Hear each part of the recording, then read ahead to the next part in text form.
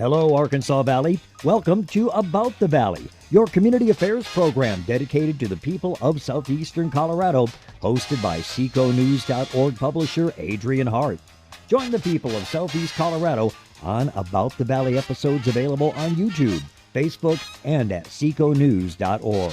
Now with your Southeast Colorado news and today's episode of About the Valley, here's Adrian Hart. This is Adrian Hart with your Southeast Colorado news on SecoNews.org. We're here at the Seco News studios with a local author, Jessica Miller.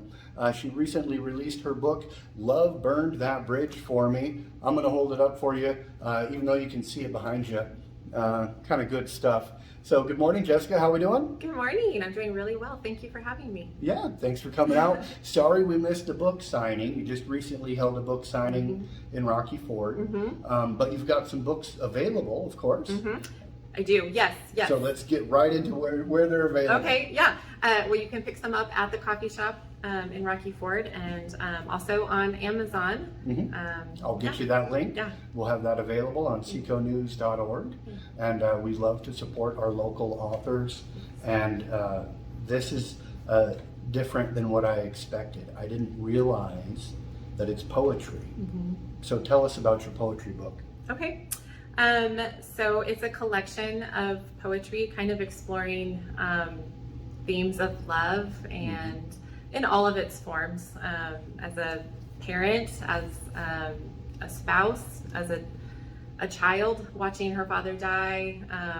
And so it deals with love in its highest forms, but also sort of the disillusionment that comes with relationships as we grow. Right, you get those blinders on for a season, and then the next season you think you understand love at its fullest because you have the kids. Right. And then grandparents, if you ever talk to a grandparent, they tell you you don't even understand until you have grandkids. Right. Because then it's the freedom to love them just unabashedly. Exactly, yeah. And so how long have you worked on this? So this is a collection of about 3 years in the making. I started it, I actually taught a creative writing class, and so the title comes from that class, and then just in the last 3 to 5 years, life has happened to all of us. Exactly. And so this was just kind of processing some of those things. So very cool to put the emotions on the page. What I assume most of my audience don't know about me is that I really love poetry. Oh, good. Yeah. So it was kind of my big hang up in high school and in college. Great. I would sit through classes and write poetry instead of paying attention to my bookwork. But I did rather well, and we're doing pretty good for ourselves now, even though I don't have the opportunity to write poetry. It's very nice to be able to help promote. Yeah, thanks. So again, available on Amazon and available at the coffee shop there in Rocky Ford. And wow, Jessica, what else do you want to say about your book? I mean, it touches on emotion, basically the primary one, love. Love. Yeah. So, I mean, would you like me to read one of them? Yeah. If you want to pick just a selection and read a small selection, that's awesome. Okay. Yeah. So I'll read. This is the poem that I wrote. My father died 2 years ago, and he knew he was dying, and so he had the opportunity to say goodbye to my children. He knew it'd be the last time he saw them, and so this was a poem that I wrote after that moment. So it's called Jottings in the Car After Dad Said Goodbye. I stole a pair of your socks to wear under my boots. I didn't even ask, I just took them. I guess I was thinking of how you used to yell at me for stealing your socks, but I think you wouldn't yell this time. I wear your work shirt around the house. I put on your robe. I have my own things, but I want yours. I want to wear yours. I come around the corner and see your empty chair. The robe is cumbersome on me, but I don't care. It's the one I chose to put on. and you don't seem to notice that it's missing, and I feel warm and small and safe. I can't sleep. My own pajamas irritate my skin. I wake up scratching and wondering about you. Do you need your robe? Earlier when you came up behind me, your hands were so cold, I thought you might already be gone. You send the men and boys into your barn, your shop, your closet. Take whatever you want, you tell them. And I don't know how to say, can I go too? Can I have something of you to bring you close when you are far? This robe, maybe. Mom wants me to have her robe, a nice robe, unworn, with noisy, slinky fabric. Your robe is silent and soft and thick, and it has holes, but I want to put you on, to be like you. And I think this is normal, for a daughter to admire her father, to forgive and forget, and to cling only to the parts of you that are strong and steady and soft. I'll never outgrow your things, but maybe there will be a day I take off your work shirt to put on my own, and keep the robe for those times I miss you so much, both what you were and what you could have been. And now you are gone, and I'm, for once, the one asking you when you'll be back, if you'll be back. And you, like me so many times, are silent on that point. Wow. Yeah, certainly some emotion. Yeah, Very good. thanks. Thank you for sharing Yeah. your emotion Yeah. with the community and your life experiences Thank you. via poetry. Yeah, well, thank you for Well, having me. yeah, thanks for coming out. Yeah. Beautiful book. Highly recommended. Love Burn That Bridge for Me by local author Jessica A. Miller. Thank you. Anything you want to add? No, All right, all very right, good. thanks. For Jessica Miller and the people of Southeast Colorado, I'm Adrian Hart. This is About the Valley on seconews.org. So today we had a room full of people talking about the response from the local communities. Todd, do you want to kind of give us a wrap up of today's exercise and how you felt about it? Yeah, this is just one of our monthly or bi-monthly get-togethers, trainings we have of this group being prepared for any mass casualty responses. Today was more on the victim side, which is one of the most important parts of this process, and just grateful for Kathy and her group coming down and bringing her, working together to better provide service to our citizens. Exactly. And now, Brooke, you've been with the Arkansas Valley Resource Center for umpteen years. I think last time I talked to you, you didn't have the title that you just threw at me. So it's good to see that you're coming up in the ranks there. Tell us a little bit about the Arkansas Valley Resource Center and how you help our victims advocates our victims locally.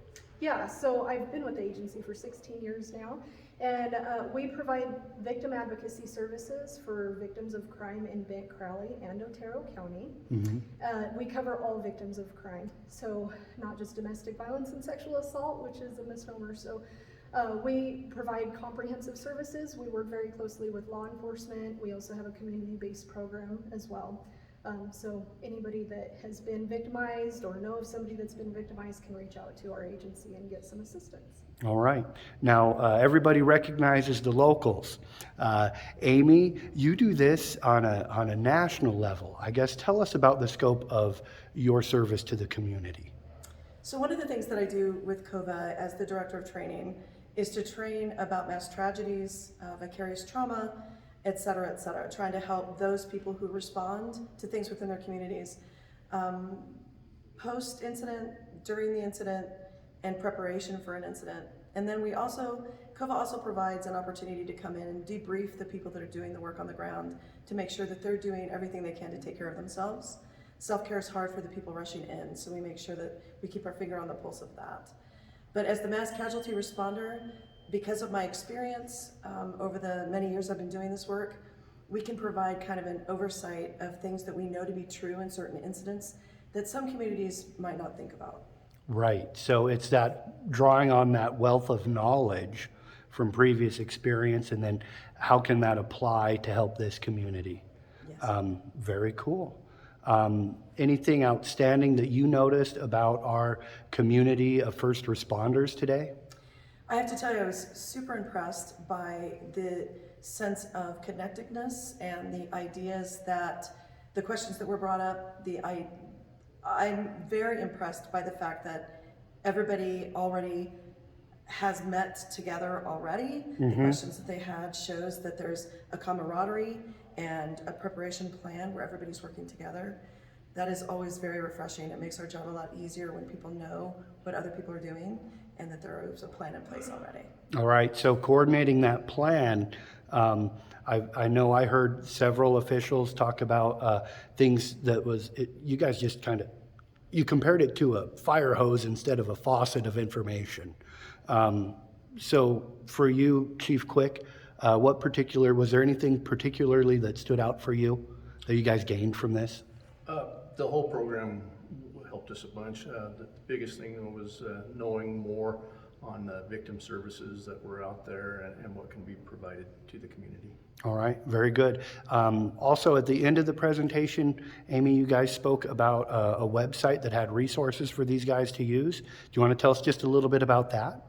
Yeah, I had the privilege to help with the state level, the Division of Criminal Justice put together the Victim Services Program with the Division of Criminal Justice put together a Colorado Mass Incident Toolkit.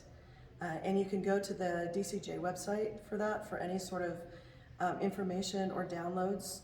It's a wonderful resource for those people who may not have already started a pre-plan in their communities, so I recommend it. All right, very good. Well, thank you for what you're doing, and we appreciate your help and attention to our little community here. We know you guys are typically working in large cities, right? Is there something about La Junta that stood out to you that you would like to mention? It's such it's refreshing to be invited into such a great community. Even the smaller rural communities that are out there, sometimes there's a reluctance because everybody's so close-knit to bring in people from the metro area where it's very different. And so it was really refreshing to be invited. So we were very grateful for that. And I have to tell you, what a beautiful community. And they've got great food here. All right, very good. The green chili's a highlight for me. Thank you so much, Amy. We appreciate you taking the time. Brooke, Todd, you guys have anything you want to add? No, I'm just very thankful that Amy came down and provided this information to our area. Our area has been very good about collaborating and trying to prepare for an event that you hope that you never have to respond to. But you can always improve on that planning. And so this was very helpful today to make sure that there's things we haven't forgotten. Exactly. Well, thank you so much for your time, guys, and thank you for your commitment to the community. And Amy, thanks for coming to town. I appreciate it. Thank you. Awesome. Great meeting you. For the people of Southeast Colorado, I'm Adrian Hart with your Southeast Colorado News.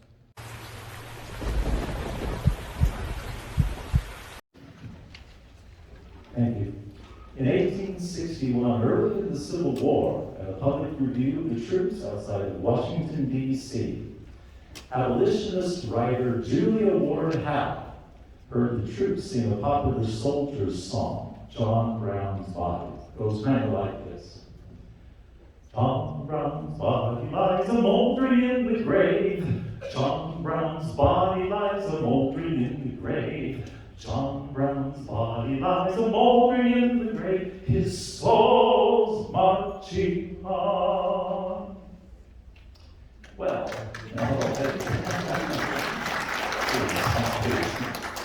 a suggestion was made to Howe to write new and more appropriate words that reflected the righteousness of the Union's cause. She published the lyrics of the Battle Hymn of the Republic in 1861 and the song itself in 1862. It became obviously well beloved and emblematic of the struggles against oppression and the defense of our nation. Interestingly enough, her husband, Samuel Ridley Howe, was a member of the Secret Six. That was a group whose members financed John Brown's raid on Harper's Ferry in 1859. The Battle Hymn of the Republic.